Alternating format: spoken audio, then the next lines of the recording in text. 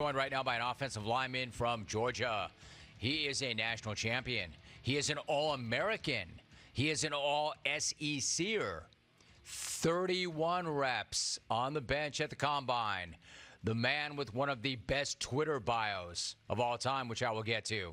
And let me remind you, the NFL Draft gets underway on Thursday. Jamaree Salyer is my guest. Jamaree, good to have you on. How are you? I'm doing good, sir. How you doing? I'm great. It's good to hear your voice. Listen, we are a week away from the draft, which means the evaluation process, I should say, is nearly over. But you went from winning the national championship to getting ready for the draft with the Senior Bowl and the Combine slammed into the middle of it. I've got to ask, what's the entire experience been like for you the last few months? It's kind of been a blur, honestly. Kind of just moving from place to place, trying to accomplish one task and then moving right on to accomplishing another. And it's all for the greater good. So you kind of got to take it one segment at a time. But it's kind of hard because everything moves so fast. And in between all of that, you got to take some time to keep getting better as a football player. It's tough, but it's the right kind of tough. I wouldn't rather have it any other way. What a great response. I like that. And I really like that part you said about there's so many things you have to get done and so many places you have to be, and you have to show up a certain way. And, oh, by the way, you have to get better as a football player while you're doing all those things. Now, you're from the ATL, so you know exactly what it means for Georgia and what football means to the entire state and what the national title means to Georgia. How much does it mean then to you to be a part of that team that broke that streak and brought that national championship home? It meant everything to me. I mean, like you said, I'm ATLian. I was born here, raised here, and so it meant a lot to me. Just being a part of that team, it meant a lot to win a championship, but also just meant a lot to me to be a pivotal part of the team. I pride myself on being a team player, and so for me, just being a big part of the team that helped. It gave me even greater pride to be a senior, to be a leader on the team, to be voted a captain of this team. So to me, just winning a championship this year just meant a whole lot to me to have the respect of my teammates, but to also send this team, this organization out in the right way as far as my tenure there. So I definitely enjoyed it. I enjoyed every bit of the experience. But like I said, everything sped up real fast after we left Indy. So, yeah, it was amazing. Jamaree Salyer is joining us. You mentioned how important it was for you to be a part of the team and that you were a captain, one of the guys who led from the front. As part of being that team, actually, you showed a lot of versatility. You played up and down the offensive line. One of the things you've said is, quote, everybody likes to put me in that box of an inside guy because of, quote, unquote, a lack of athleticism, but I played in the SEC 4 years, end of quote. So, I mean, this is part of the draft prospect, right? They're always looking to nitpick. They're always looking to find something wrong. So when folks are trying to say that you're just an inside guy because of, quote, that lack of athleticism, how does that make you feel and what do you think? It's kind of perplexing to me, honestly, because, I've played at a premier position, being a left tackle in the most premier league that you can play in college football, in the SEC. And then I've gone outside of my league and played even more premier edge rushers in college football playoffs, and then kicked off with an elite edge rusher, Miles Murphy, and the slew of elite rushers they had. So, and I played very, very good football. And so for me, it's always perplexing for me to hear that lack of athleticism thing, because I've played elite football at a high level, and I've done it at a very high clip. So it's always interesting for me to hear that, but I don't really get into the articles too much. That catches my ears. Like when I hear my scouting profile as a player, is that the lack of athleticism continues to show up, and that's interesting to me. So I just take it with a grain of salt, and I just keep getting better at the things that I know that I can get better at as a football player. So. Hey, listen, I like that response, but I'm going to be specific about this in your defense. I mean, we're talking about a draft with a lot of pass rushers, guys like Aidan Hutchinson. He could be the first or second pick in the draft. When you faced him, you didn't just keep your quarterback clean. You absolutely buried this guy on one play. What do you remember about that matchup? And then is there any part of you that thinks, why are you questioning my athleticism but not his? First I want to start by saying I respect him as a football player. It took a lot of preparation for me to get ready for him as a football player, especially in the environment that we'd be playing in. And coming off the injury that I had an injury that occurred that I just came back from in the SEC championship. So, just getting ready for that. And that environment, there's a whole slew of things kind of from a mental preparation standpoint and a physical preparation standpoint for me, just going into that game, playing in that Miami Heat, wanted to be in shape, wanted to make sure that I was the best, basically, football player that I could be. And so a lot of respect to him, hats off to him. You know, one of the last games I got to watch was him pretty much obliterate Ohio State. So, yeah, it was a fun preparation for me mentally. But, yeah, it's just in that matchup, I just kind of wanted to win with my set, just be who I was. I didn't want to play into his game. I didn't want to play into what the Michigan defense wanted to do because I knew they wanted to live in third down. We knew they wanted to live in third down, but we knew that we dominated first and second down just as an offense, being able to run the ball and stand in third and medium and third and short. And so just for me, when third and long came, when third and medium came, I got excited. You know, it was an exciting matchup for me, whether it was 55 or 97. Both of them are elite pass rushers, and I feel like I practice against elite players every single day. So for me, just getting that matchup, taking that matchup from practice to a Saturday to one of the biggest matchups of the season was a huge thing for me, and I was super excited for it. And I wanted to live up to the moment. I wanted to be ready for the moment, and I was ready. So. And you did. You were. Now, when I watch you play, something seems very clear, and hearing it right now, too, is that you love the physicality of football. In fact, you've said, quote, I'm a Georgia-bred, UGA, Georgia dog football player, and we are physical every single day. Hey, listen, I mean, this is part of the game, right? This is the biggest part of the game, but not everybody loves that level of physicality. What do you love about it so much? I think for me, just kind of imposing my will, imposing my will. I know for us at Georgia, we train for, like I said, we train for that. We train for that in the offseason, in the heat, in the sun. We're doing team run every single day just to make sure that when it's time to physically beat and destroy our opponent, that in the fourth quarter they're tapping out or they're looking and then they got their hands on the hips like we ready to go. We ready to call inside zone. We ready to go get down. We ready to run duo, run our plays. So for us, man, we live for that moment. We live for in the fourth quarter when they're tapping out. And we're tapping in. We're tapping into like Coach Smart always says. Some people rise to the occasion, but the Marines, they seek into their training. And so that's the mindset I try to take into that fourth quarter mindset is just, okay, I'm weighing on this guy. I'm weighing on this guy first, second quarter, first, second, third quarter. But fourth quarter, I can see it in his eyes. He's ready to tap.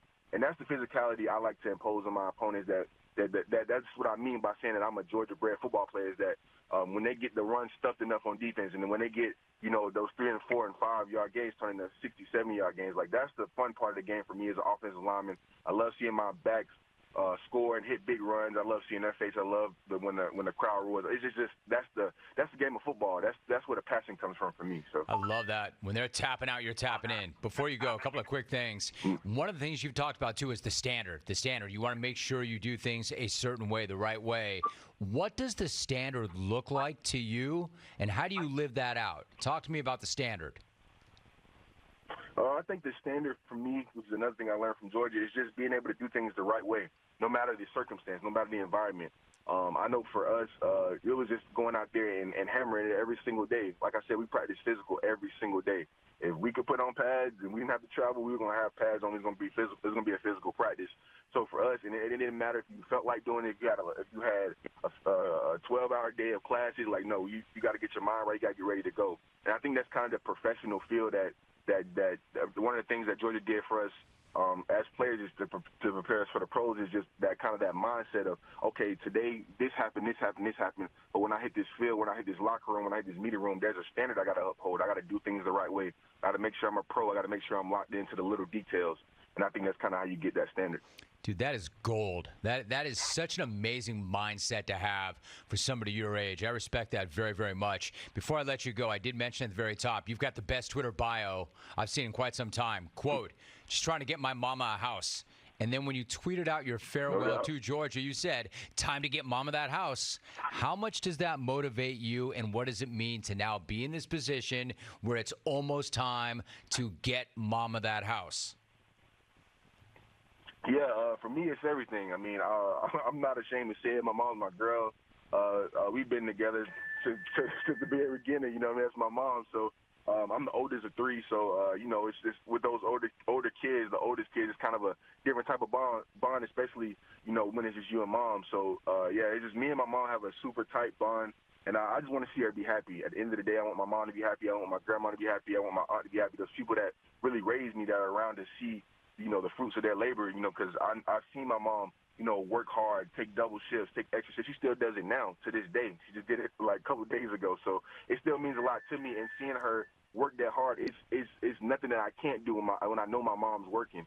When I don't feel like it, I know my mom's at work. When I don't feel like it, I know my mom's worked a double shift. So, it's just for me, that's always going to nip at my heels every single day when I'm working. And even when she doesn't have to do that anymore, I just know that I don't want to have to go back to her, and I don't want her to have to go back to that. So it just means a lot to me. It pushes me. It's my passion. It's my motivation. So it means everything to me. And it's just more than a house. To me, the house signifies my mom's happiness and her peace. So that's what it means to me. I'm telling you, dude, like I've said this before, but if I could bottle what you're saying, I would be very rich. You and I could go into business together. We'd make a lot of money. One last thought. You talk about the really important stuff. That's the most important stuff that you just mentioned. But not far behind that, you did mention you picked up an air fryer. You called that a, quote, game changer. For those who do not have an air fryer, what is it about that life? How did that change your life? Why do you love that so much? I think it just gave me a different. Me, I'm a foodie. I love food. And for big guys, that could be a bad thing sometimes. So when you come from the I guess the household that I come from, the deep Southern cooking, everything's deep fried, everything is cooked. You know what I'm saying? Grandma's gonna whip it up for you. But for me, I had to learn to take a step back from grandma. She didn't really like it that much at first. But we had to learn how to, use an air fryer, learn how to cook things in a better way, use better oils, figure out how to use, what am I trying to say, different types of herbs and stuff like that, just different ways and different ways of better eating that would, inevitably help prolong my career. And that's something that I'm trying to learn as I'm making this transition into the NFL, because a lot of the vets talk about it, the nutrition, the different types of nutrition. So, the air fryer, I guess, was my first step. And you can make some good food in the air fryer, so don't sleep on it. But, I try to be good with it. So. Hey, Jamaree, I got to ask you one last thing. I mean, this mindset that you have, this perspective, this approach, this standard, how much of this is what you picked up once you got to Georgia, and how much of this is stuff that you were working on maybe in high school or before? I think for me, just my mom talked a lot about accountability and integrity as a kid. When I was younger, she taught me those things at a very young age. We didn't always have a lot, but we did. Our family was very morally based, and so she taught me those things at a young age. Just doing things the right way, even when nobody's looking. And so that was kind of taught to me at a young age. And obviously, those things got refined to me. I've had great coaches along the way. I had a great high school coach in Kevin Johnson and Chris Slade. Really just poured a lot into me as a young man, helped me transition, helped me see things from a different way. Chris Slade was a 10, 11-year vet in the NFL, so just seeing things from his perspective at a young age really helped me out a lot. And so even just moving on, and then just moving on to college, it kind of just got cemented in college as a young man. You get to see a lot, you get to test a lot of different waters, but ultimately you find out that the standard separates the cream from the crop. The people that's willing to live by that standard and do things the right way and take the tough routes ultimately have the best results. And so, and it's trial by fire. It truly is, especially in the SEC. You got to do things the right way, or you'll fall. In these big campuses, these big schools, the NIL deals now. So, it's that standard is getting harder and harder to live by. But you notice that the people that follow it ultimately rise to the top. So you just I choose that route every time. I'm sorry to interrupt you. That was such a great thing you just said. The standard is getting harder and harder to live by, but those that do follow it will rise to the top. That is an amazing statement.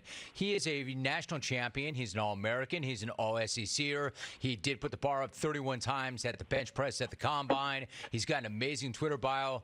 And Jamaree, I've done a lot of these things over the years, and I've done a lot of these things this year in preparation for this draft. This one is as good as any we've done. I could not be more impressed with you. Have a great draft day, and I'm really eager to see where you end up. And once you do find out where you're going to work and where you're going to live, I will be looking for you once again, man. Appreciate you very much. Yes, sir. Thank you for having me. It's a blessing for you to have me. Thank you. Jamaree Salyer. Yes, sir.